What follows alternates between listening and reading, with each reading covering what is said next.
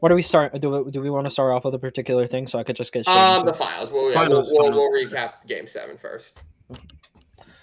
What's going on, guys? Welcome back to the Beyond the Backboard Podcast, another special episode of the regular podcast. My name is Omar. Next to me are my beautiful co-hosts, Max and Jay. Earl will join us shortly. If not, it's all good. But we are here. Yes, the regular podcast. I appreciate the comments. But that does not say degular. That does not say degular. There we go. Listen. We live. We live with it. But we're gonna start off with the NBA Finals Game 7. The Oklahoma City Thunder are your NBA 2025 champions, and yeah, I'm happy. I think everybody's kind of happy with the outcome. I don't think anybody's generally upset. I don't think we could have gotten a better Game 7. I mean, unless Tyrese was healthy, but we live. What do you guys think so far? Max, you go first. Man, I think that this game, for how much people have complained about this series not having aura, I do think this Game 7 had aura. I very much appreciate it. This felt like a Game 7. The stakes felt high. It felt like how a Game 7 in the NBA Finals should be. Seeing like all the OKC fans decked out. Usually, I think in this series, they did either all white or all blue. They had like the white-blue alternate. That looked really cool. It felt like the moment was hyped up. We were set for this really big game of, who's going to have like their Game 7 moment. Like who's going to have their career-defining moment. Because we don't get many Game 7s at the Finals. The last Game 7 before this was 2016. And then before that was 2013. So not been a ton of Game 7s as of lately. There's honestly been a lot of 4 and 5 game series in the finals in the last 10 years. So for this series to go as far as it did go to Game 7, I think we were all excited. And I think for the most part, the game lived up to the hype.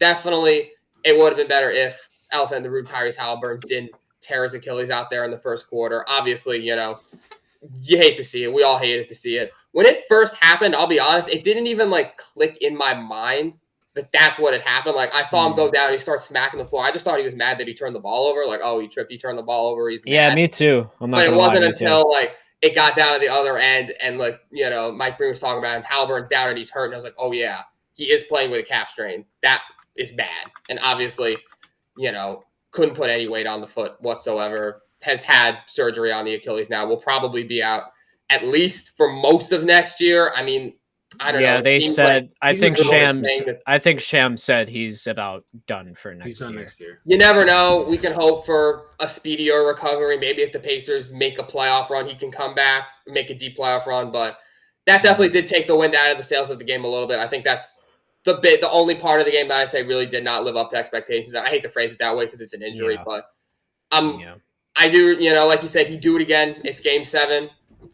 I totally understand it. I feel terrible that he's going to now have to go through a year-long recovery just to get 7 minutes in a finals game. He did play well. He was hitting threes. Clearly, you don't need a good calf to hit threes, but you need a healthy calf to be able to push off and explode and just kind of make a basketball move. So, which he did kind of try to do in that moment. It's unfortunate. There's no way to avoid it. You're just playing basketball. He's not thinking about it, and it was the worst possible scenario. So I do feel bad for him as much as I hate the Pacers. I'll just be totally honest. I hate the Pacers, but that's not how I wanted them to lose. I did want them to lose this game. That's not how I wanted them to lose. I think this game would have been probably down to the wire. It was already close-ish as it was. The Pacers made kind of a fake half comeback at the end to get it close. I think it would have been probably back and forth the whole way if Halliburton was there because he looked like he was going to be able to at least give them some points, which is good. He was on fire to start off. Yeah, it was. They were going back and forth. Obviously, the Pacers hung in there even without him for that first half. It was really the third quarter, kind of the third quarter of doom for Indiana where the Thunder really locked in. Yeah. Or at least I talked about it on the show leading into the finals. They couldn't hold on to the ball. The OKC players play a lot better at home, and the role players usually play a lot better at home. We saw that. The OKC defense, I talked a lot about how that's been good at home. In games 1, 2, and 5, it looked a lot better than 3, 4, 6. And in Game 7, looked like OKC defense. It looked like the legendary defense that got them this far. So big shout out to the Thunder. People are always going to say undeserving, asterisk, whatever. That's just social media, but absolutely deserving champions. To go from where they were even 3 years ago, where they were like out of the playoffs 3 years ago entirely. I think they made it for the first time.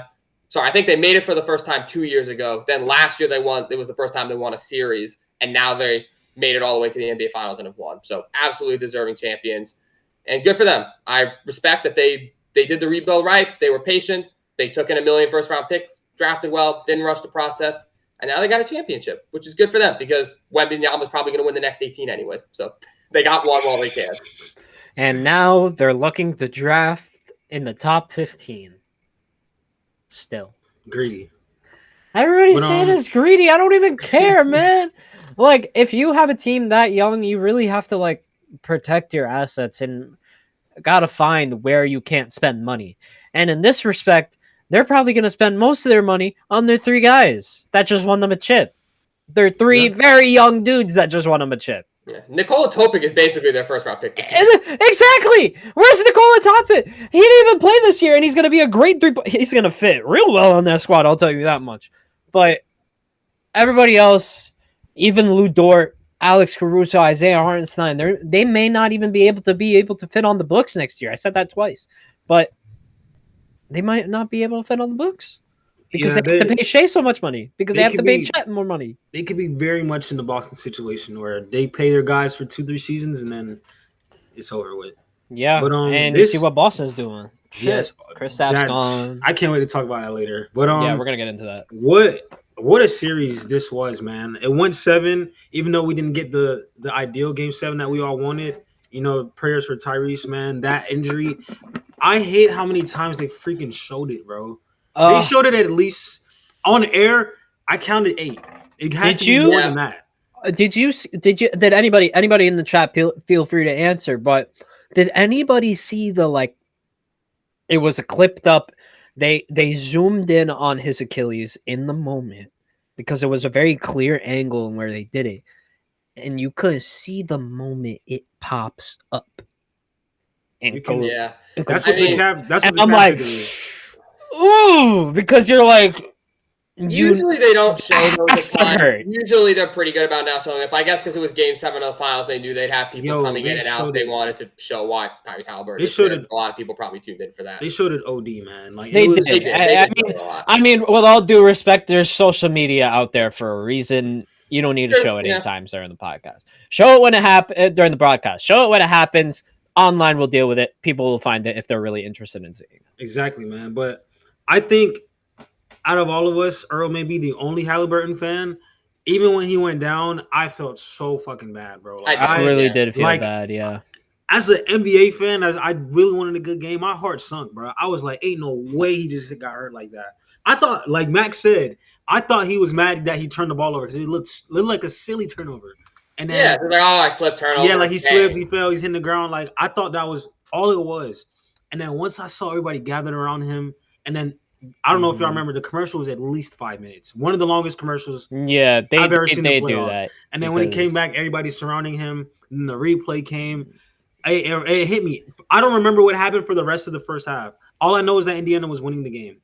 Like, I was watching the game. I was checked out. Like, I was just like, bro, I'm sitting here like, bro, there's no way he just got hurt like that, man. They were up by one. My heart got ripped out of my chest there. But like, I listened to podcast today talking about, I think it was Obi Toppin or no, it was Isaiah Hartenstein. I saw that, and that's so terrible. Yeah, for bro, him to feel that way, man. Even Isaiah Hartenstein on the opposite side, he said, "Yeah, man, when that happened in the moment, it took the air out of the crowd, let alone the players, the crowd, because they know what Tyree's been doing this whole playoffs. He's been historic, hitting game winners, doing all that. You see what he did game 1 in OKC.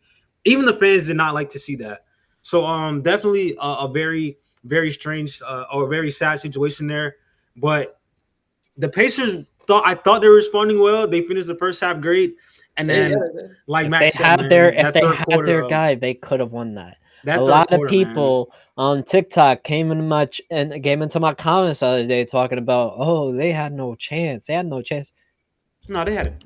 They absolutely. Did y'all not watch the series? Did y'all not see them just take y'all asses to Game 7? Like, he had 3 threes in the first 7 minutes and finished with the most threes in the game. Like, he was have the bragging rights. I didn't even know that. Y'all won the finals, and y'all can have the bragging rights. But don't you? I'm talking to the OKC fans out there, by the way. But don't you dare go and think that this was easy for y'all, because y'all could have lost if Tyrese was there. That's coming from a Knicks fan, because Max said it earlier. I don't like him either.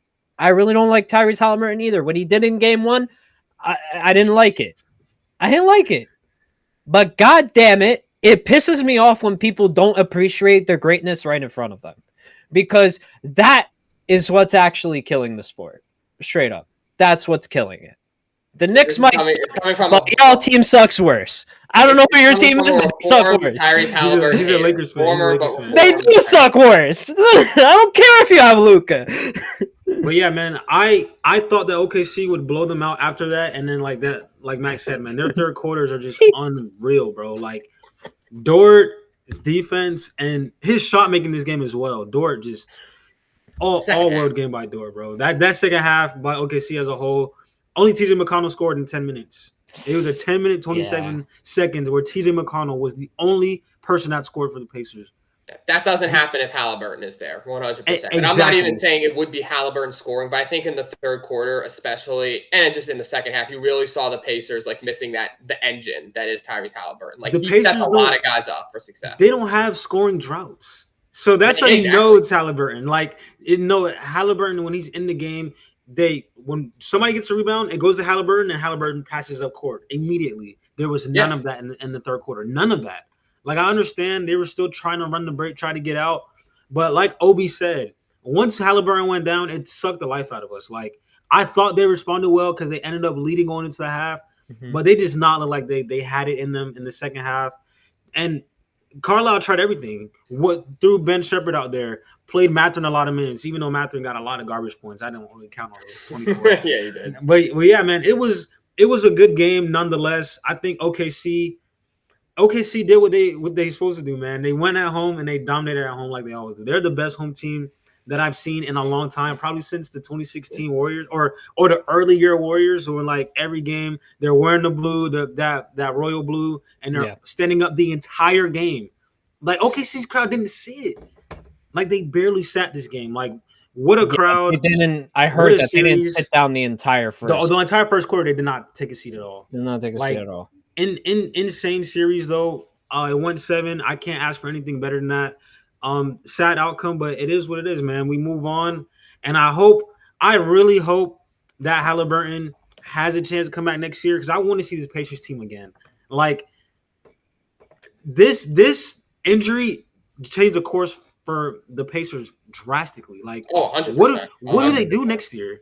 Like, I don't know what they do next year. I think they wait it out, man. I really do think they wait it out. I think they play a little patient game here. I think they may trade into the draft, use some of their assets to get into the draft, maybe see what they can do to build their bench a little bit more. I think their bench is amazing, but imagine if it could be better. Imagine if you could get somebody a little more consistent than Ben Mathurin, because whether how much you love him or not, Ben is starting next year. He's starting next year. I have to see the consistency because now Aaron Nesmith's defense is beating Ben Mathurin's consistency. But does Nembhard? Are you saying that Nembhard moves to the point guard now to replace Tyrese, and then you just start Mathurin with Nesmith? Okay, so then yes. Well, I mean by default, yes, yeah, okay. Because TJ McConnell, I don't know. TJ McConnell's not a starter. Like TJ has to come off the bench. He should be. So yeah, it's gonna be Nembhard, Mathurin, Nesmith. And then whoever Siakam turn out the 4-5. Even if they keep turning, you never know. I think they actually ran that lineup. Series. I think they ran that lineup of Andrew Nembhard and TJ McConnell in the same lineup. They might do it. You never know. They may do it. Miles Turner had an atrocious series. Him and Chet had a bad series. One of the worst series ever for a center head to head. Like under 40% shooting for centers is not heard of. Like, averaged 2 rebounds or something. Yeah, like Miles Turner might have played himself out of a contract. Do they bring him back with no Tyrese? Like, I'm serious. Do they bring him back with no Tyrese? Yes. He was there before Tyrese. He's gonna be there after Tyrese. Come on. And they've been talking about trading him before Tyrese for the last 8 seasons. So, like, I don't know. If they felt that way, they should have kept DeMontis. I mean, which is ironic, right? Because they traded him for Tyrese, right? Tyrese. See what I did there? I just don't understand. How you bring back a guy like Miles Turner with a lot of guys out there right now, man. I don't think Miles Turner's coming back. I'm being honest. I do. I don't think they give up Miles Turner. What's his contract situation? This is kind of like the De'Aaron Fox thing. He's due. Like they were in the middle of the Cavs series. They were saying that they're trying to work out an extension with him, and then nothing after that. No extension was made. So is he a free agent right now? Then. Yo, what's good, Earl? I can't even answer that. I'm gonna look that up. Shout out to Earl in the chat. What's up, bro? Earl, it's gonna be tough because I don't know. Do the Pacers have the time to wait this out? Do they want to just kind of take I don't want to say take a year off, but like if Halliburton really isn't going to be here next year, then it is kind of a year off. You could go the Celtics route and just kind of prep for a Halliburton-less year and look to. I mean, they are for their chance again, but I don't know. I mean, it's so hard to think about because like. We're so focused, like they were this close to winning the championship right now. Like 2025 was their year. Like they were one game away from doing it today or a couple days ago. And now it's like, oh, now we got to scrap. Not only is this year we didn't win, now we got to scrap all of 26. Exactly. All of 26 is done, bro. He's an unrestricted free agent. I can understand. I can understand the world where. I can understand the world where the Celtics do that, in which they are doing that. I can even see a world where they're trading Jaylen Brown, like we mentioned earlier, and we're going to talk about it in a little bit. Yes, because I don't. With that being said, I don't see that happening with the Indiana Pacers. I think they are built. I think they are built for this. I think they just traded for Pascal Siakam. I think their second year with Pascal, they made it to the Eastern Conference Finals. I don't see a reason. I don't see a reason why they should even think about blowing it up. I don't even see a reason why they should give up Miles Turner, man. I understand that he had a bad final series. We could talk about that. We could talk about the rebounding and the numbers and all that. He is the worst rebounding big in the league. Can we agree on that? He is the actual worst rebounding. And maybe they go out and get a more dominant rebounder, Jackson Jr., which they can do. Triple J. They're 1A and 1B. 1A, 1B. But like Miles Turner. Listen, I want JJJ on my squad. I ain't co-signing no JJJ trade unless it's for the Knicks. He is literally the perfect Knicks fit. He is literally the perfect Knicks fit. I don't even want to talk about the Knicks. They're not even involved in the draft. We don't need to talk about them. Yeah, we don't even need to talk about it. I'll say this: do we think? I mean, Jay said Miles Turner played himself out of a contract. I don't think that's that he has. I don't want to say little interest across the league, but like he would come back to the Pacers now on a more friendly deal because he played so good. The Pacers could re-sign him on like a friendlier deal. So instead of him getting, for example, 2 years 50, 2 years 40, he's probably in like the 2 year. No, he could probably still get 2 year 40. In this economy in the NBA, he's getting 2 year 40. They just gave VanVleet 2 years 20. I would say probably like 3 years 60. They gave VanVleet 2 years 50 because he did really well against that. Well, and I think let me reframe that. I think VanVleet got underpaid. Oh, it's good, Q. But like, I mean, was elite last playoff. But there was a reason for that, right? There's a reason why it came out after the KD trade. There's a reason why they still have Alperen Sengun and Amen Thompson to still pay. They have the space for it. Yeah. They have the space for it, and they saw it, and they were like, "Let's make VanVleet happy for right now." So you guys would pen it in that they bring Miles Turner back? Yeah. I don't see a world where they do that, where they were an underdog in every single series. I'll put it 50-50 because I do definitely agree with Omar that like this team, like this was by far the best Pacers team we've seen in a long time. You want to retain that core as long as possible, even if with Tyrese missing the year. I do definitely hear that, but I do think that if they're going to make a change this summer, it probably will be Miles Turner. It will be using the Miles Turner money for something else. But I don't know. Listen, we've seen recently sign-in trades. Do you think they try and re-sign Turner and trade him at the deadline so they get something for him? Like, is that unreasonable to think? So this way you don't just let him walk in free agency and get nothing. Because there would be teams. I mean, listen, there's always teams at the trade deadline trying to get Miles Turner. So maybe you try and get him on as nice a deal as possible, and then see how the season's going. And if he's still underperforming in the regular season, you can just move him. There are 1, 2, 3, 4 players. Oh, look at that! Miles Turner is a free agent. Did I miss that? Agent, man. Yeah, he's not under no contract right now. Hey, but the deadline to sign an extension is passed for him. Like he's probably like he signed a 2-year, $40.9 million contract in 2023. So I don't see him signing another Do you see him- 40.9. Do you see him getting another $25 million? Yeah, I see him, dude. I can see him getting at least 40 million 2 years, like you said. I think he could do that. 2 years. Yeah, 20 years is solid. 20 years is actually really solid for somebody like Miles Turner. Yeah. But you guys ready to talk about these trades? Trade talk. Yes, I am. Let's get it. Yeah. So, first one we should talk about. Let's do Drew. Let's start off with Drew Holiday. That was the most important trade for the Celtics. No, we gotta start with the Kevin Durant trade. Come on now. Kevin Durant doesn't just get traded I know he's already been traded once, but we can't just. I'm not gonna lie. I completely forgot about that. We can't let the KD trade. Definitely start off with KD. Here. That is my bad. That's the my KD bad. trade happened before the finals, which I do think is ironic that it happened the same day. Kevin Durant gets traded the same day the Thunder wins their. You know what I was just about they to were say? saying it. I was gonna say I thought we talked about KD on the weekend preview, but it was the day of the finals. We definitely did not. It was literally the day of the finals. We did not talk about it. Last thing I'll say about the Thunder is I think people do. What people are going to remember, or at least how I'm going to remember this Thunder team, this championship run for them, is definitely going to be for their all-time defense. I think we could all agree. Their offense wasn't anything special. It was good. Don't get me wrong. You can't win an NBA Finals with a bad offense. But I don't think their offense was anything special, especially when it comes to the three-point shooting. We saw that explode at times in the playoffs. Personally, I think a big reason why they won Game 7 was they were able to get threes from guys like Lou Dort. Caruso hit 2 big threes in the first quarter. I think Chet finally got one to fall. SGA got one. J-Dub hit a couple. When they were pulling away, it was because they were able to hit threes. Overall in the series and kind of in their playoff run, their offense was not special, though. Their defense, though, I will 100% remember watching the OKC Thunder play defense against the Pacers. One of the best offensive teams we've seen in the league in the last 5 to 6 years. Like Jay said earlier, the Pacers don't go on offensive droughts. That offensive drought that they had in the third quarter of Game 7, I likened that to the Rockets going 0 for 27 from 3 in the Game 7. It wasn't quite as bad as that, but nobody but TJ McConnell scores for a legitimate quarter, a quarter's worth of time. That is all-time levels of part of that is their offense and them missing Tyrese, but you also got to give a ton of credit to OKC. Wait, I just saw something.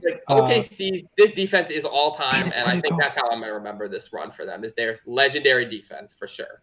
So out of 16 teams, OKC was 13th in three-point percentage, bottom 16 in rebounds, and I think bottom 16 in points per game. Damn, I just saw they led number 1 in every defensive stat. Points allowed, turnovers, turnover differential. They led in every single defensive stat while being in the bottom half of most offensive stats. Yeah. My dad said that teams don't turn the ball over against OKC. OKC turns them over. That's the best way ever. That's quite literally what happens, man. They force you into turnovers. You can't put the ball on the floor against this team. The Pacers literally could not dribble against them at times. In the home games. On the road, it was different. But in OKC, you can't put the ball anywhere near the hardwood or else it's a steal. Okay, so I just got a report. The Atlanta Hawks are seriously targeting the number 3 pick from the 76ers. Atlanta and Philadelphia are discussing a Paul George and number 3 pick to Atlanta. What do we think? Paul George to... Yes, you heard that right. The Atlanta Hawks are seriously considering trading for the number 3 pick from the 76ers. Atlanta and Philadelphia are discussing a trade around Paul George and the number 3 pick.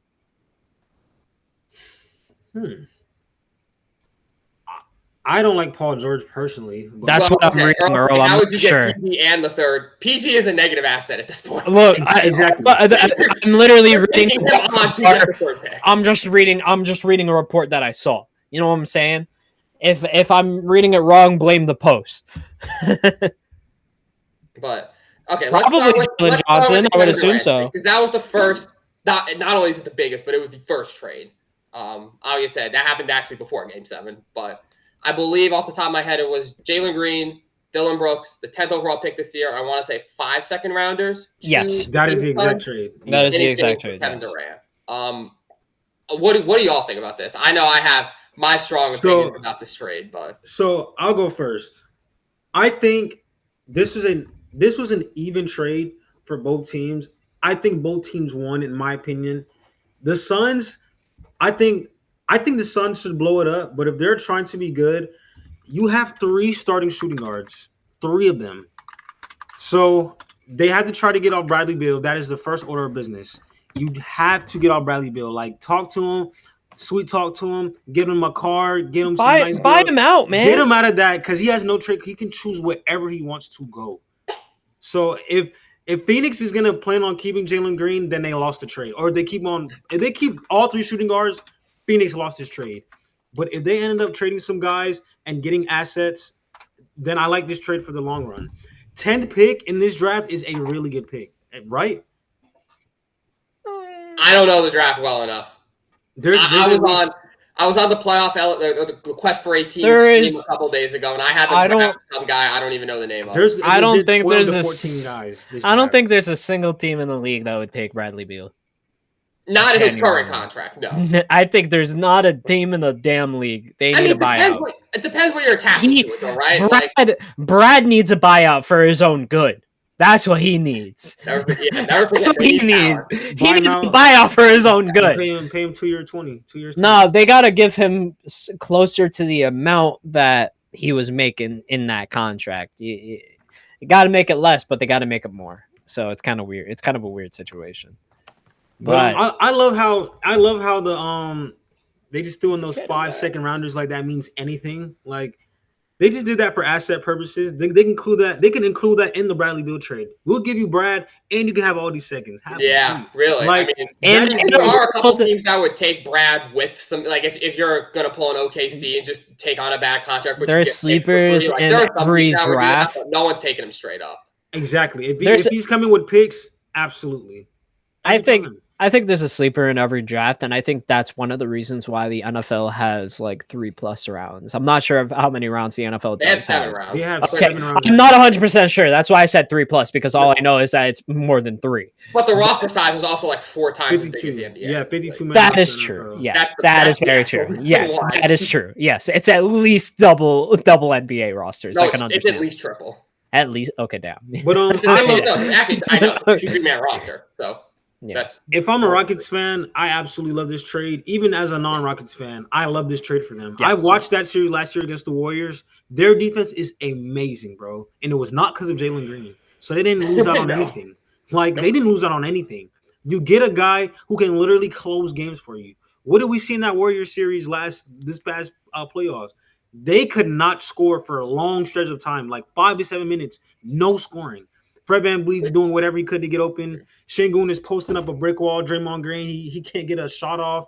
They literally needed a Kevin Durant to just come in there and just do his thing. Yes, they did lose Dylan Brooks. Great defender. People are trashing Dylan like he's just all he does is go out there and cause shit. Dylan's defense is fire. I don't think anybody's trashing him. I just think people think that they got a lot of forwards over there or a lot of shooting guards over there and got nothing else. Yeah, that's what I'm saying. If Phoenix plans on keeping all these guards, then they lost the trade by far. Like, unless you plan on just getting off Brad and some picks, or even Jalen Green and those picks, and you get a center, point guard, whatever they end up doing, then okay, I understand what y'all are doing. I'm surprised that Portland actually never hit them up. For who? It's like for like KD. Like, why not? Like, nah. Why not? The thing is, imagine KD with Denny Advia and Donovan Clingan. I think that might be fire. Maybe the reason why KD was not like the reason why he was able to pick trade destinations because he's due for an extension after this season. So no one is just gonna take KD for one season, then he just gone do whatever the hell he wants. Like that's why he said either trade me here, or here, because that's where I plan on signing my extension. I don't think he's gonna sign an extension, believe it or not. That's the only reason that he went to Houston. I know. I just think he said that though. Yeah, KD does. I think he's the most unhappy player I've ever seen play basketball. Like that's what I'm saying, dog. He's gonna find a reason to get upset with the Rockets next year, and then try to sign for less than 2 years. Watch, it's gonna be. This is a great take, bro. KD is literally the Aaron Rodgers of the NBA. Yes, but Aaron Rodgers, I think didn't Aaron Rodgers officially retire though? Didn't he kind of say? No, he said this is last season, so he's on a retirement tour. Oh, okay, cool. Farewell tour with the Steelers for some reason. But. No. But yeah, I think the Rockets. Yeah, right. Actually, I think the Rockets are going to be very, very fine with this trade. They slip in KD. Going to be with. Do you start Amen at the 2? Like Amen has to start. I don't care. He has to start. You got VanVleet. Oh no, he's starting. Yeah, you got VanVleet, Amen, KD, Tari Eason, or Jabari Smith and Sengun.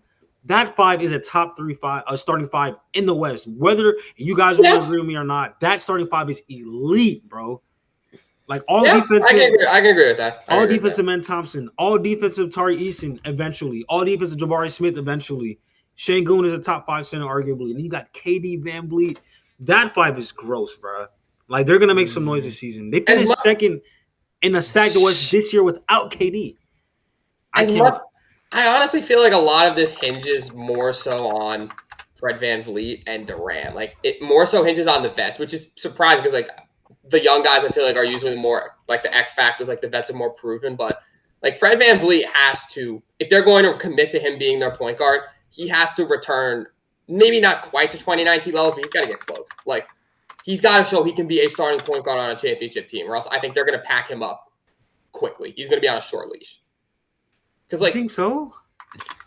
Is Fred Van Vliet really? And like, I was defending him a ton when we were talking about this series in real time. To Earl was just saying he's terrible and he's lost. I don't think he's. Yeah, he's the only one who showed up in Game 6 and Game 7. That is true. But he also had some. He started off the series. He started off the series shaky. He started off shaky in the series. That's why he's only getting $25 million a year. They don't need him to be great every game, but he can't have these stinkers. He's got to be consistent because. If he can just be consistent, the rest of the team will get it done. But he cannot have these performances where he's just not showing up.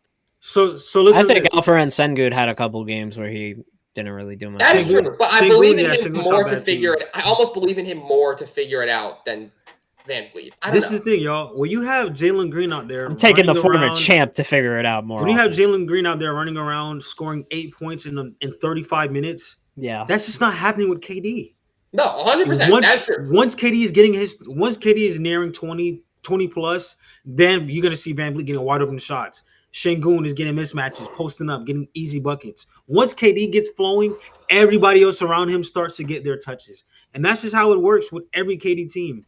This Suns team just happened to have no center and no point guard. Like this is a terribly constructed team over there on the Suns. This team is built for a Kevin Durant type. So a decent defender in Kevin Durant as well. A decent defender surrounded by elite defenders. Like I think Van Vliet, all he has to average is between 15 and 18 points. That's totally. Oh, he can give them that and on good efficiency. I totally agree. I think my concern with him is again, they don't need him to be like 2019 Van Vliet, but he has to be consistent. You'd rather Van Vliet give you between, like you said, Jay, 15 and 18 every game than 31 game and 5 the next. Yeah, and don't at least a point guard like that. You need at least 35% from three as well. His 3-point percentages are horrific. Exactly. Yeah. Like he has some bad stretches in this last playoffs where he was shooting terribly. That's why I'm saying that it hinges on him because they need him to be consistent and consistently efficient. They don't need him to be a star. Like I say, you got KD now. He's going to get his shots. Just move the ball around, get people involved, hit your shot when you're open. And if he does that, he can average 16 and 9 in a playoff series on good shooting. And if he does that, and if Durant, I mean, again, to be fair, this really all hinges on Durant, right? If 38-year-old Kevin Durant can play like a top 10 player in the NBA, the Rockets can absolutely contend for a championship next year. The question is, can he keep up this level of play and can he stay healthy? If both those things happen, I don't see any reason why the Rockets aren't a top 3 team in the West. So that is why KD is in the best situation possible. This team is so deep. They still have Cam Whitmore, Reed Shepherd. Reed Shepherd's the biggest X factor for me. Steven Adams, that's 3 bench players right there. You only play 8 to 9 in the playoffs. So KD will be able to sit a little bit. Jabari Smith, Tari Eason, like there's legit guys who could come in and give KD a break. KD doesn't have to average 36 to 38 minutes. One of those guys are going to start now, though, surely. Yeah, that's what we're So probably Reed Shepherd. I think this is the best lineup. Not yet. He's not ready for that yet. No, hell no. This is their best lineup, though. Fred, Thompson, KD, Jabari Smith, Şengün. Yeah, exactly. Then off the bench, you have Tari Eason, who can do everything that Jabari Smith does. Reed Shepherd, who is supposed to be one of the best young upcoming guards. Cam Whitmore, who I absolutely love. Even though he hasn't really shown us anything, he has the game. Steven Adams coming off the bench. That's a legit 9 right there. Yeah. It's a legit-ass 9. I'd take that 9 over every 9 except for OKC. I'm going to go out there and say it. Like, that 9 is elite, bro. Cleveland's 9 will be pretty good again. Cleveland's 9 will be good. No, in the West. Like, in the West. Okay, yes. Oh, okay, yeah. I mean, maybe Minnesota, depending on what they do. Minnesota's got a good 9, but we'll see what changes. I don't think they're going to be able to. I think the Spurs are going to shock everybody this year. I think the Spurs are going to be a top five team this year. 100%. I think with the incoming Dylan Harper, I think the fact that they're going to go ahead and move Stephon Castle to 6-man, have some spark off the bench, I think it's going to be really good for the Spurs. I think Wemby's going to come in and absolutely destroy everything in sight. He's going to lead the league by at least 100 rebounds because he did it this year. He led the team in not rebounds, blocks. The league in blocks. And what was it? He only played a couple of games or half the season, I want to say. He probably ended with 55 games, 50 games, something like that. Yes. Yeah, he played 5 games after All-Star break and then was out. Mm-hmm. Yeah.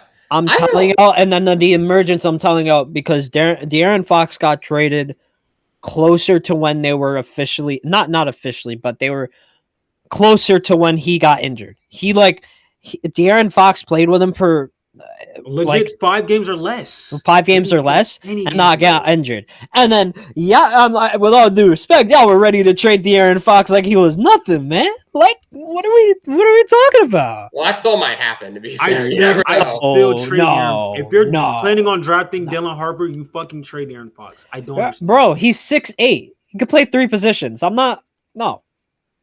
I am trading De'Aaron Fox.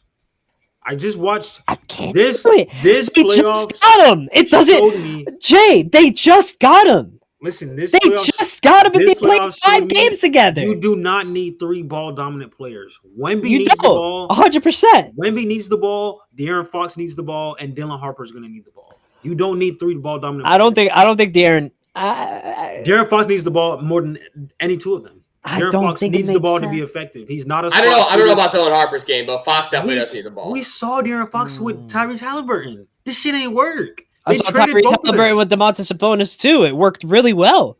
I would trade Fox in a heartbeat, bro. And I love De'Aaron Fox, clutch player of the year last season. You never saw him with whatever. What do you mean? I genuinely. What do you mean? Fit the Spurs though. He does not fit the Spurs timeline at all right now. You meant bonus. Bonus probably okay. Fox is a bonus, Max. I thought you meant Halliburton. Duo for a little while. I think Fox gets moved, bro. I think Fox can be on his way. Look, but I get the sentiment. I get the sentiment because it really goes across almost everything that we've seen in the past. Because you have too many ball dominant players, you're gonna want to trade one. But I still think De'Aaron can still have a part of his game to where he's not just dominant with the ball. I think he has abilities and attributes to where he could be effective outside of that. I think he could be an effective ball handler and passer. I don't think he necessarily needs to have obviously he needs to have the ball in hands in the beginning of the play. But I think he could pass off to Wemby. I think he could pass off to Dylan Harper real well. And then you have Stephon Castle coming off the bench. I don't see why not. We didn't even mention Vassell. We didn't even mention Vassell. We didn't even mention Jeremy. It's too many guys at a point. Okay. We didn't even mention their backup center. There's so many players on that squad that are going to be able to come out and do so well together. No, I'm not trading De'Aaron Fox. Of the 4 guys that we just talked about, Vassell is the 4th in terms of priority. You're not you're trading Vassell before you're trading Castle or Fox or Harper. And those guards are relatively tall. Those guards can play forwards. Vassell doesn't need the ball to score though. Vassell can be a spot shooter. I'd need guys like that. You think De'Aaron can't be a spot shooter? He's a ball dominant guard. He is, but he could still be he could still be. Well, Omar, his efficiencies aren't. You look at his shooting efficiencies. De'Aaron Fox historically has not had good shooting efficiencies, and I think that's been the biggest knock on his game. Is he's an inefficient shooter at times. He's very streaky. It's the same thing that I said with Van Vliet. You can't have your point guard being so up and so down. You need a point guard who can who's pretty consistent. And Fox, in terms of efficiency, shooting the ball, very inefficient, very erratic, has always been. So, I think that is your worry with him. Is he going to be this erratic? I don't think so. I mean, it just seems like they just got him. I don't see Jurassic move coming Except we both have good if they see the season and they really see that it really does not work at all between him and Wembanyama, that's when I can see a trade happening. But it needs to be proven. And right now, what it's proved is that they can win games together. I would trade him for a stretch big, Lauri Markkanen specifically. I agree with you, Earl, in the chat. I agree with you 1,000%. You can't predict that at all. I'm not saying you go and trade that. You could still keep Dylan Harper and still do things that way. I'm saying that Dylan Harper is he's a larger guard. You can stick him at 3 positions, and I think he could be fine. Call me crazy, but should we move on to another Western? Yeah, let's move on and talk about next trade up, man. We just talked about KD. Let's do next trade. Yeah, what do we got next on the? Next on the big trade list was the Celtics with the first of 2 trades we'll talk about today. But they traded Jrue Holiday to the Portland Trail Blazers in exchange for Anthony Simons and I believe 2 second-round picks. Yes, I also saw. Value. Yes, fantastic value. I also saw that they are apparently thinking of moving Anthony Simmons. Sorry, I keep doing that. Simmons. It's Simons. It's Simons? Yeah. But they're thinking of moving him as well in this draft to maybe get a higher pick. So I don't like that move personally. I think I like his fit on the Celtics. I think he's going to be. I mean, he's not going to give the defense that Holiday has, but you look at a team whose mantra is already just to chuck a bunch of threes. I could absolutely see Anthony Simons being a flamethrower on this team. Literally, what I said on my TikTok yesterday, Max. Mm-hmm. He's literally a Celtics player. Like, Joe Mazzulla wants you to go out there and shoot if you're open, and is going to shoot if he's open. Exactly. He's not going to be the defender that Holiday is, even at 35 or 34, however old Jrue Holiday is. He's not going to be that level of defense, 100%. But you still have Derek White. You're still going to have, when he's healthy, again, Tatum, Brown if he stays. They're good defensively. Simons can just come out and just chuck whatever he wants, right? Like, I could absolutely – it could go one of 2 ways. Well, that proved a terribly inefficient shooter because or he's going to fit perfectly. I don't think that solves any of their issues at all. I mean, it solves the cap issue. I don't think the Celtics have a relatively good game plan going into things. This is what they just solved, Omar. They just saved $70 million by trading Jrue Holiday. I mean, that's fine. Yeah, okay. All right. And if that's the only reason why you trade him, fine. But what I will say is, if I'm the Celtics, I'm thinking about moving Anthony because I still think Anthony is a good enough player to still at least be able to give some competition in the Eastern Conference Finals. If I'm the Celtics and I don't have Jaylen Brown and Jason Tatum for a half of the year, I'm just waiting. I'm seeing if I can recreate what the 76ers did and get that 3rd pick. Why not? So why would you trade 26-year-old Anthony Simons though? He's 26. I mean, he's a young man, but he's only 26. But he's also can be somebody that steps up to the point where he makes it probably harder. No Tatum next year, and the Celtics are never going to tank. No Jaylen Brown either. Jaylen Brown's still there though, so we can't. He's not hurt though. Like next season, they're gonna have Derek White starting. Derek White starting point guard. Something that he was. Anthony Simons, Jaylen Brown, Horford at the 4 and Cornette at the 5. Like they need players. Why would they trade Anthony Simons unless they're trying to be bad? Because you trade him. Yeah, he went. He went under a recently successful right knee arthroscopic debridement procedure. He will be back. He's good to go for next. Yeah, he's okay, fair. Like I guess he's not he's recovering right now, but like nothing like Tatum where it's going to jeopardize him. I think it may a little bit. I don't think it's going to be a giant chunk of the season or anything like that. I do think it maybe takes like 2-3 weeks because it was a partially torn meniscus. That's what it ultimately led to. He's got 3 months, so he'll be back. I'm sure he'll be back. All I'm saying is don't expect him to be back like that. It'll take a few weeks, but he'll come back. 5 to 10 games. Partially torn meniscus. A partially torn meniscus is a partially torn meniscus. You don't want to rush that. But if you're only doing the arthroscopic surgery, it's not that torn then. That means you can play on a torn meniscus. Like he's going to be back by training camp. He will be back by September. preseason games. No, it's look again. It's not. I agree with Earl, but it's not that bad. But at the same time, I'm still looking at it and I'm still taking my time with it. That's what I'm saying. I guess the only question is with the you don't want to end up. You don't want to end up like Tyrese. You don't want to end up like most of these players that end up like that. Are they going to tank or not? Because I could see a world where they do like a Golden State 2020, where when Curry missed that season, they just straight up tanked, got the second pick. Obviously, it didn't work out because they got Wiseman, but like just tank the year, try and get. I don't know if they own their pick this year or not, but just tank, take the year off, save a bunch of salary, and go into 27 with a healthy Tatum. You keep Jaylen Brown or you trade him. You don't Derek White, and you've just rebuilt. You don't think the Celtics are going to be good with Derek White in the Eastern Conference? Y'all were talking about the East sucks. Now they do. Is wide open. There's no way they just throw the year away. They have way too many good guys to just be like, yeah, we're gonna kick the tires because we don't have Tatum. Like, I just remember the video that Dan made. You still got Anthony Simons, Jaylen Brown, Al Horford. Like you still have a lot of assets on a team who can get you a 4th or 5th seed. The only teams that's gonna like lock. I think Al Horford is a free agent. He's going back to the Celtics. He's a Celtics for life. If he doesn't retire, could he retire?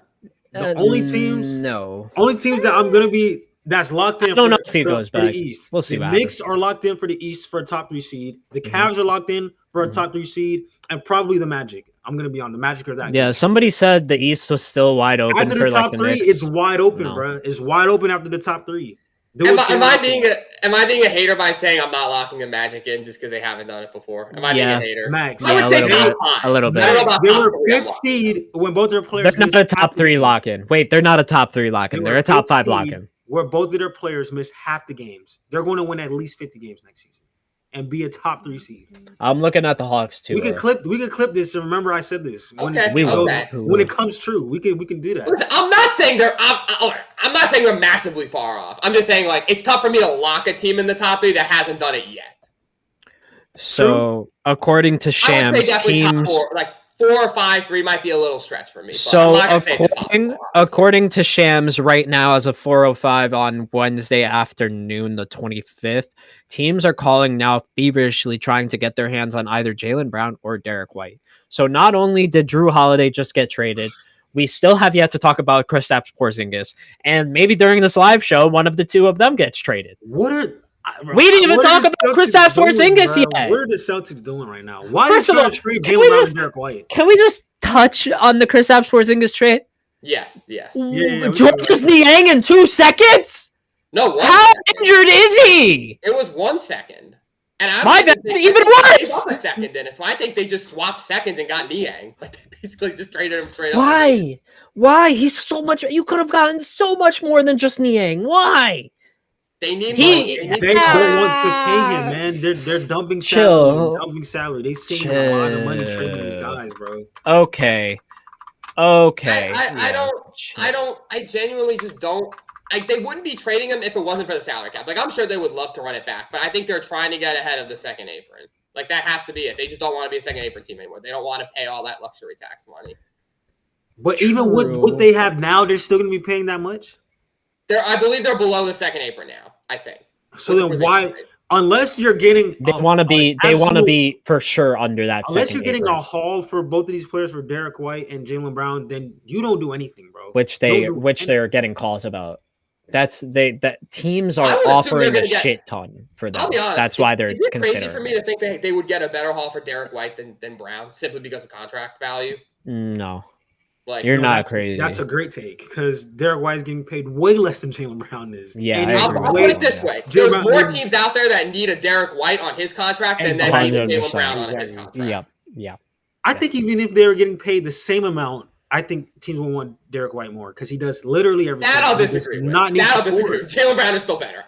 I'm not saying that. I'm saying if they were getting paid the same amount right now and the same role, it's arguable. Because Jaylen Brown does not do everything that Derek White does. Derek White does everything on the basketball court. I hear you. Let's not forget that last time Jaylen Brown was healthy in the playoffs, he won Finals MVP. Let's not forget that. He was better than Tatum in the finals. You know what? I'm gonna step back on that one. Better than Tatum in the conference finals and finals. I'm a big Derek White fan, so I might be biased, but I take what Derek White does every time. I think with the contract difference, I would say Derek White's value might be slightly higher. But if we're taking them at face value, just basketball players, one's a Finals MVP, the other isn't. Yes. Derek, no, it's not even close. Jaylen Brown is a way better player than Derek White. But Derek White is the best role player in basketball. So just to throw some numbers out there really quickly, as of 16 hours ago, Shams did say when he joined on SVP's show, he said that on the Celtics incoming calls on Jaylen Brown and Derek White as they shed $100 million in taxes over 24 hours. Plus, Kyrie Irving explains his Dallas commitment, stuff like that. $70 million in the Drew Holiday trade alone, and I think $36 million with Porzingis. Like they just saved so much money, bro. That and again, 100 just said 180 million in taxes alone. That's not talking about salary. That's talking about taxes. Taxes, shit. So that's why they traded Porzingis for a bag of chips. Like, I mean, I get it. They couldn't pay that. They couldn't pay all that. I'll be honest though. Like, I think, like, I do like I genuinely thought, and I still think this, that the Anthony Simons trade straight up made them better. Like, if we're just looking at that trade in a vacuum, I think that trade made them better. I think you would rather have Anthony Simons than Drew Holiday at this point. I'd rather have a two-time champion. Why is it even a debate, Max? Why is that even a debate? They got better. Like, what? I don't understand. What? They gave up a two-time champion. That's why he was being paid $70 million. Omar. He was the main reason why they won in Milwaukee, and then he's probably the only reason why they won because he was crazy. Well, not main reason. Fine, Giannis is a freak of nature, but he didn't win anything until Drew Holiday got there and actually implemented some fucking defense. So Omar, listen. You watched the Knicks versus Celtics series, right? Name one thing that Drew Holiday did that you can think on top of your head. Go right now. What did Drew Holiday do? I'm sorry. Drew Holiday matched up against Towns at points in that series, which Simons can't do, straight up.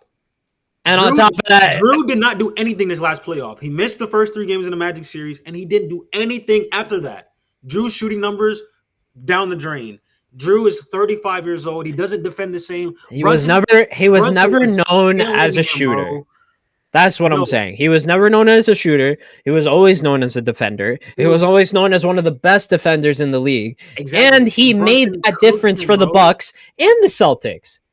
Omar, we're talking about this season, though. He didn't do anything this year. This was the worst. Let's not discredit. He wasn't just terrible. He wasn't just like out there just like exactly. My point is that they got better by trading off of him. You saved the money, and you got a younger player who can score. Like, that's what Boston's going to need this year. They need scoring. They literally have... Yeah, Pritchard, I agree with that one, yeah. It's Pritchard, Derek White, Jaylen Brown, and then who else? Like, they needed Anthony Simons. They needed him. I mean... I do agree with you, Omar. Like, obviously, like, no one is saying 5 years ago Drew Holiday wasn't as good as Anthony Simons. Or even 3 years ago, or 2 years ago when Boston won their championship. Drew Holiday, better player, 1,000,000%. But he's 35 now. I think his age he's started to show a little bit. Yeah, I get it. I understand it. Started to show. I think this is kind of the crossover point in their careers where you could argue that, like, Simons has been on a slow upward trajectory. Holiday's just now starting to decline. I think at this point, you could argue that Simons is, or going into next season, Simons will be a better player than Holiday. Obviously, the defense with Holiday will always be there. He can play till he's 50, and he's still probably going to be a good defender. By any means, though, y'all, I'm not calling Drew Holiday Russ. I'm not saying he's Russ level or even Chris Paul. He's not even Chris Paul, and Chris Paul's still solid. Like, yeah, he's still way better than both of them. Exactly. He's still good. But you're getting a guy who's literally averaging 20 points on good efficiency. Like, and Simon's going to come in and do work on the Celtics team, especially with that coach that they have. Wants him to shoot the ball. Like, I don't know. I don't understand how people think that they gave up something. Like, Drew Holiday, he's 35, getting paid almost $40 million a year. There's no way you keep him. Like, I mean, I agree. I think that was a good trade for them. The Porzingis trade is legitimately them just getting worse, though. That's literally sad because he was traded for fucking George Niang and Terrence Mann. Like, how does that happen? Like, Niang on the Celtics though is going to be kind of crazy. Niang's about to average 10 threes a game on Boston. Yo, I can't believe they traded him for. They sold. It's not even that they sold low. They gave him away. Like, they gave it away. But that only questions what's wrong with Porzingis, man. It only questions like what's actually going on with him, because I think the Celtics know. I think Porzingis knows. I think that's why they made the trade, because they don't know. I think they would evaluate it from there. Max, I think they know, I think they know that it's going to take a long time to heal from. And I think they know that it's not going to be something that happens right away. And they are not willing to pay that. Well, am I saying that Kristaps Porzingis will never play in the NBA ever again? No. But what I am saying is that I'm looking at some allegations with a little more clarity. What does Kristaps Porzingis actually have? I don't think he knows. I'll be so honest. I don't think anybody knows. I don't think the doctors know. I don't think he knows. I don't think the Celtics know, which is why they traded so long, because they said, we're going to get something. We're going to get off this money now. But it's a low-risk, high-reward move for the Hawks. Like, if it does not pan out, Porzingis is never the same player again. Okay, you gave up Niang. Whatever. If he comes back and is healthy, you just got like a top 10 big in the league for free. Great. Like, look. They still have Jalen Johnson. They still have Onyeka Okongwu. Still have Reese Shea. Dyson Dan. Like Max just said, even if he's absolute garbage, they still have a solid team, and they got him for nothing. Yeah. It doesn't matter. No risk. He goes and average 14 points a game and 6 rebounds. That is something. Like, it's better than what Niang was giving you. I don't care if he's on half a leg, man. You do it every single time. Yeah, it's worth the upside. It's worth the upside. It's more of a risk for the Celtics to keep Porzingis in their current state than it is for the Hawks to take him on for that price. Oh yeah, not even debate. Yeah, I mean, when you're, I think the main problem was the fact that he said to his coach that he quite literally couldn't breathe. Could not breathe. Like that. Could not breathe. Yeah, but you want to talk this Jordan Poole, CJ McCollum trade? Oh wait, okay. Yeah, Jay. Your prediction may have some truth. I'm gonna sit back and I'm gonna say this, but I don't want nobody holding me accountable for this because I'm coming out and I'm breaking the news here. All right, 6 hours ago. 6 hours ago, because I like this guy, Kevin O'Connor. He's one of the most. KOC is a GOAT. Kevin O'Connor, KOC is a GOAT. He knows what he's talking about. The Spurs can move on from either De'Aaron Fox, Stephen Castle, or Dylan Harper. 3. But all 3 of them. We've all been saying though. That's just that. Yeah, that's. I mean, I've just been saying that they might just keep him, but I'm wrong. I mean, he's saying they could move on from any of them. That doesn't mean they're going to from any. They might just keep all 3. So here's this: the Spurs probably don't trade for De'Aaron Fox if you know you're going to end up with Dylan Harper. Second pick, exactly. What? It's just a matter of the path you take, the things you shake up in the backcourt. They were not supposed to get a second pick in this draft. That is the only reason that they got De'Aaron Fox. They knew they were going to get second. They probably would have tried to be even worse if they knew they were going to get top 5 pick. Like, yeah, they would not have traded. Wait! I gotta take that back. Kevin O'Connor commented on the post. He said, "Blatantly taken out of context. We were talking hypotheticals." I swear to God, I just saw this as soon as we finished. My bad, guy. My bad, boys. My bad. I am so sorry. Here's the post. Harper and Harper and Castle aren't going nowhere. So. No, I don't think those so. Two are fine. I could see Castle there is a world where Castle goes somewhere. Harper's going nowhere though. Man, rookie of the year, man. Again, my bad, guys. There's the post. Trade him before they would trade. This is what Kevin O'Connor said. Blatantly taken out of context. We were talking hypothetical. Wait, you say you think they trade Castle before Fox? No, I'm saying they trade Fox, then Castle, then Harper. Yes, agreed. I mean, I'm just saying, there is a world where they trade Castle. There's no world where they trade Harper. That's my point. I think they could, guys. I really think they could. Don't the Spurs have the 14th pick as well? I believe so.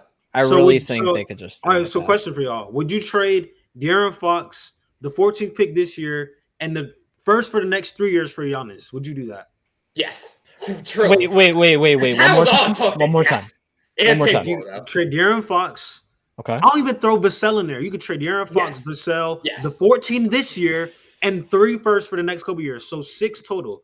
2 players, 4 picks for Giannis. Would you do that? I don't think the Bucks. If I was the Bucks, I wouldn't do that. But if I was, I would be on. That's what I should say. If you're the Bucks, no. would you do that? If you're the Bucks, no. If I'm the Bucks, I'm not trading Giannis for anything short of like the GDP of a small country. Straight up, if I'm trading Giannis, the sky's falling. I'm not trading Giannis for De'Aaron Fox. No. De'Aaron Fox, Vassell, and 4 picks. Well, if we're the Spurs, we're obviously doing that deal. But if we're the Bucks, you can't justify trading the best player not in doing your that entire deal. franchise's history for De'Aaron Fox and Devin Vassell. Oscar Robertson? If it's the Bucks, Kareem Abdul-Jabbar? He's still better than Kuz, Fox.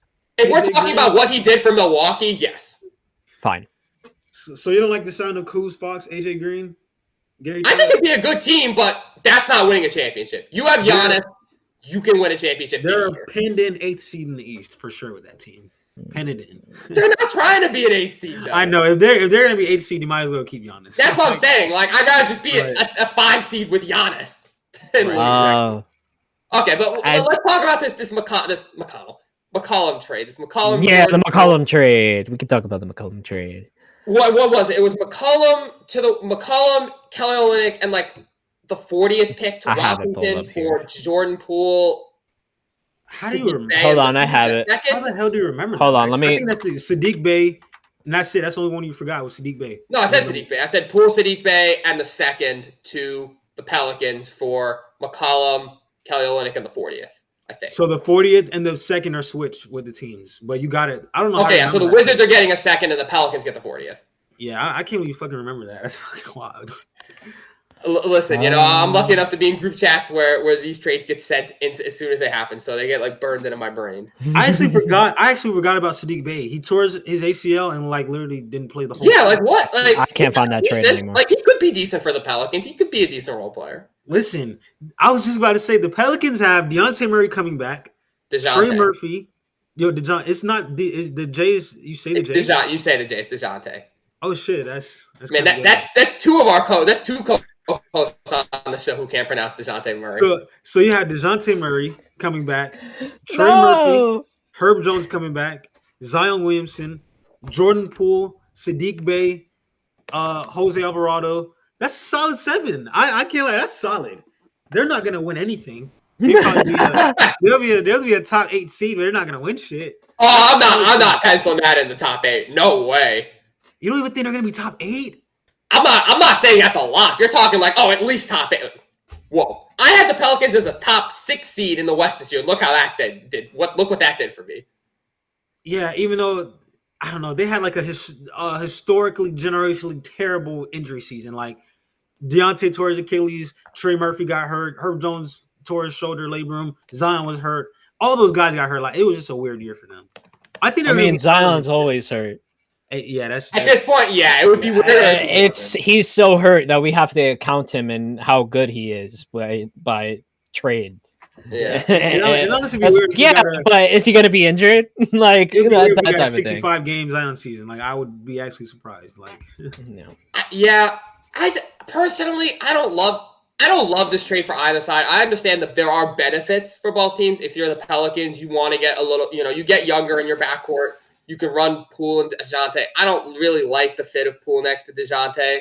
I like DeJounte playing a pure point guard, and that's kind of the role that Poole has played on a lot of his teams because he's a little small. He's not good defensively, so I don't love matching him up against like tall 6'6", 6'7" shooting guards. But maybe that's what you play DeJounte for. Maybe DeJounte takes those taller guards and Poole plays point guard. I don't know. You get younger. He has talent, obviously. Pelicans need guys who can just play basketball and score. Poole can do that, so I get it there. If you're the Wizards, you're just taking McCollum for a year and then you're just going to waive him. He's an expiring contract. It feels like the Wizards are starting to do a little bit of what the Thunder are doing, which is just take on as many expiring contracts as possible. Like, we'll take all the bad contracts in the league as long as you give us picks. Like the Wizards are low-key starting to stockpile picks. And you said they got the future second-round pick right now? Mm-hmm. They're kind of pulling a mini OKC. Like, obviously, very long way to go before they win a championship. But, like, I think they're employing – it seems to me with this trade that they're employing that level of, like, thinking. Like, remember, like, they took on Chris Middleton. They took on Marcus Smart. Now they're taking on McCollum. They're stockpiling their picks. Those three will all be gone next year or at the deadline if someone will take them. They're going to have a bunch of picks. They're going to have Koulibaly, Sarr, Keyshawn George. They're kind of just trying to go the OKC route. Now, obviously, they're going to go the OKC route. Is Brogdon still there, too? Oh, yeah, he might still be there, too. I don't know. They have a lot of vets, bro. They have hella vets, bro. Like, what are they doing? They do. Like, they're not going to do anything this year, but if obviously for the OKC route to work, they have to draft really well, and you have to you have to luck your way into not luck, but like you have to think they find your way want into an MVP. You have to find your way into an All-Star. Is Bub Carrington an MVP? Is Alex Sarr an All-Star? That remains to be seen, but this trade tells me that that's the route they're going. And if so, fair enough. Take McCollum for a year. Why not? Max, I didn't think about the trade, how you just really just mapped it out. I actually like what the Wizards are doing. Before, I trashed the trade yesterday. But I still don't like it. Now that you just explained it, it's solid what they're doing. It's only solid. It will only be solid if it works out and they draft well. And in 5 years, all these young guys they have right now are good players. Like if Ace falls to 6 because it's not working out for anybody, then hell yeah, good trade. You got it works out. 4 bets with all these young guys, Bub, Alex Sarr, bro. That could be solid, but. But it's not even for this year, though. Like, the vets are all going to be, regardless of how well they play this year, the vets will be gone next year. Like, they're not re-signing any of these guys. Yeah. So it only looks good if in 5 years, like I said, they have Ace Bailey, Bub Carrington, another top pick, and they're making playoff runs. We're like, wow. Or in 5 years, if they're still at the bottom of the East, we're going to look and say, remember that weird year where they had CJ McCollum and Malcolm Brogdon starting next to Marcus Smart and Chris Middleton? What were they doing? So what other trades that we have to talk about? We could talk about some drama. Wait. Before we move on from this trade, Jordan Poole's coming off the bench, right? No. So you're gonna bench Herb Jones? I'm not benching Herb. Listen, I agree with you, Jay. I think Jordan Poole is best as a 6-man. I think that was where he was at his best in Golden State. I agree with you. I don't think they're benching him, though. I think they would sooner play Herb Jones at the 3, Trey Murphy at the 4, and Zion at the 5 than to bench Jordan Poole. Max, I almost gagged. That is a close lineup. And you know what? We're talking about the Pelicans. So it makes I think they would sooner do that than bench Jordan Poole. Max, they don't have a center. I just thought about it. They don't have a center. Exactly. So they'll just run Zion at center. They don't have a center. They do not. I'll bench Yves Messi. Why not? Because isn't Valanciunas also on the Wizards? No, he's on the Kings now. Remember? Oh yeah, nobody remembers that. To be fair, but like, I'm the only one on earth who remembers that. Kings are in like they're They're in black hole right now. Nobody cares about the Kings right now. Yeah, well, actually, they're thinking about trading. What's this? Yves Messi is their center. Yves Messi. De'Aaron. Not De'Aaron. You could bring him off the bench. I don't know. Like, is Jordan Poole so good now that he's not going to get benched? Like, I don't know. Who do you prioritize? Like, I think that's why he's not that good. And point Zion last year was pretty elite. Zion at the point last year was raw as fuck. Like him at the front and then 4 guys around him. I loved it. Jay, personally, I agree with you. I think their best case scenario is DeJounte, Herb, Trey Murphy, Zion, Yves Messi, Poole off the bench. Is that what I think they're going to do, at least at the start of the season? No chance. Okay. What do you guys think of the Mavericks targeting D'Angelo Russell, Dennis Schroeder, Chris Paul, or Malcolm Brogdon with their $5.7 million MLE? What do you guys think about that? Absolutely no way D'Lo takes 5.7.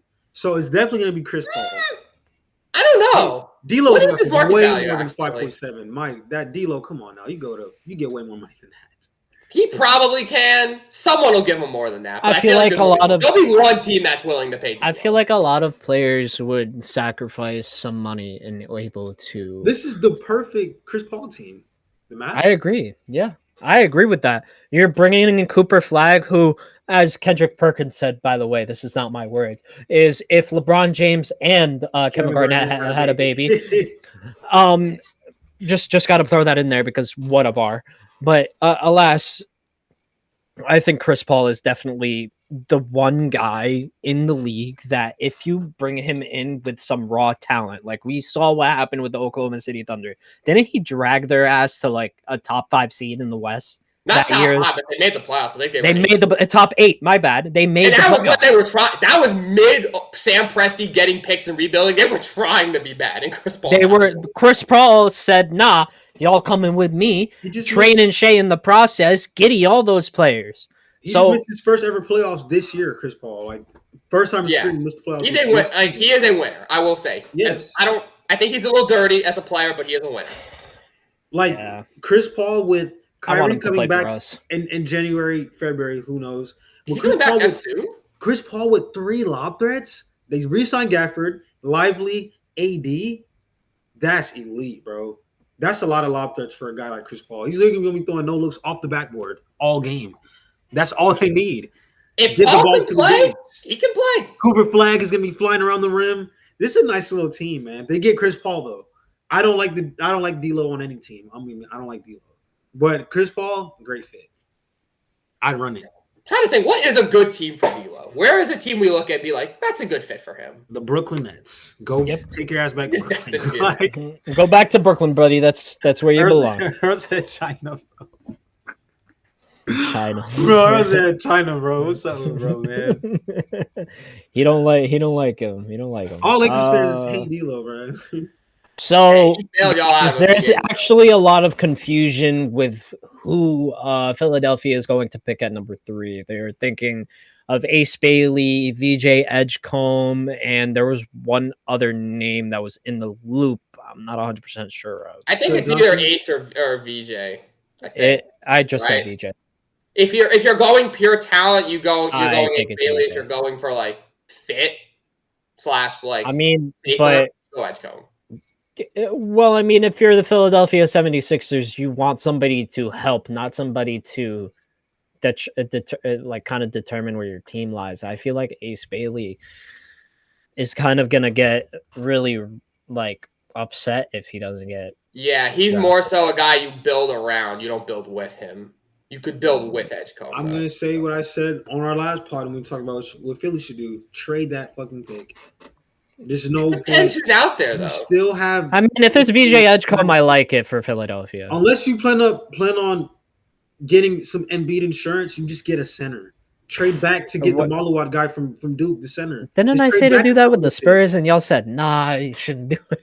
Well, it's a totally different scenario in Philly. Yeah, Joel Embiid plays 4 games a season, but definitely just trade up to get a backup big, or trade back to get a backup big and get more picks. Like, why are you getting the third? You have Maxey, who's a ball dominant guard. You still have Paul George, who nobody wants that contract. I love Jeremy McCain's fit for this team. They have good players already.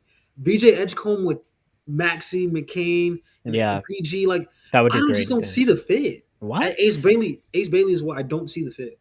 There you go. Ace Bailey or VJ Edgecombe? I have to make that. Because I do think VJ Edgecombe would work really well in Philadelphia. I think VJ could be like a Anthony Edwards type. Like that's what he's. Okay. You trade the pick solely to get rid of Paul George. If someone will take the third pick on Paul George just off your hands, do you do that? Bro, if you trade the third and Paul George, you got to be getting a top 20 player back. No, but like Paul George is a negative. Is Paul George not a negative asset at this point with his contract? Is he not a negative asset? Just because he's not that bad as a player, but his contract is that bad though. I mean that's what I'm saying. Like obviously, if you could get Paul George on $10 million, yes, anyone would want that. But absolutely, yes. He has 3 more years of like $35 million. All right, so listen to this. Almost as bad as the Beal contract. He just doesn't have a no trade clause. So would you trade Paul George third pick for the Utah Jazz 5th pick and Lauri Markkanen? Yes, 1,000,000%. If I could do that, if I'm Philly, that's a miracle. That is a literal miracle. I do not think there's any world where Utah would. Well, maybe Utah would because they're terrible anyway. So maybe they would just take Paul George for the heck of it. Well, I was about to say. Yeah, they were in discussions for him.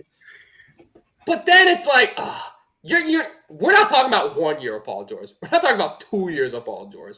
We're talking about 3 years, 30. We're not talking about Paul George.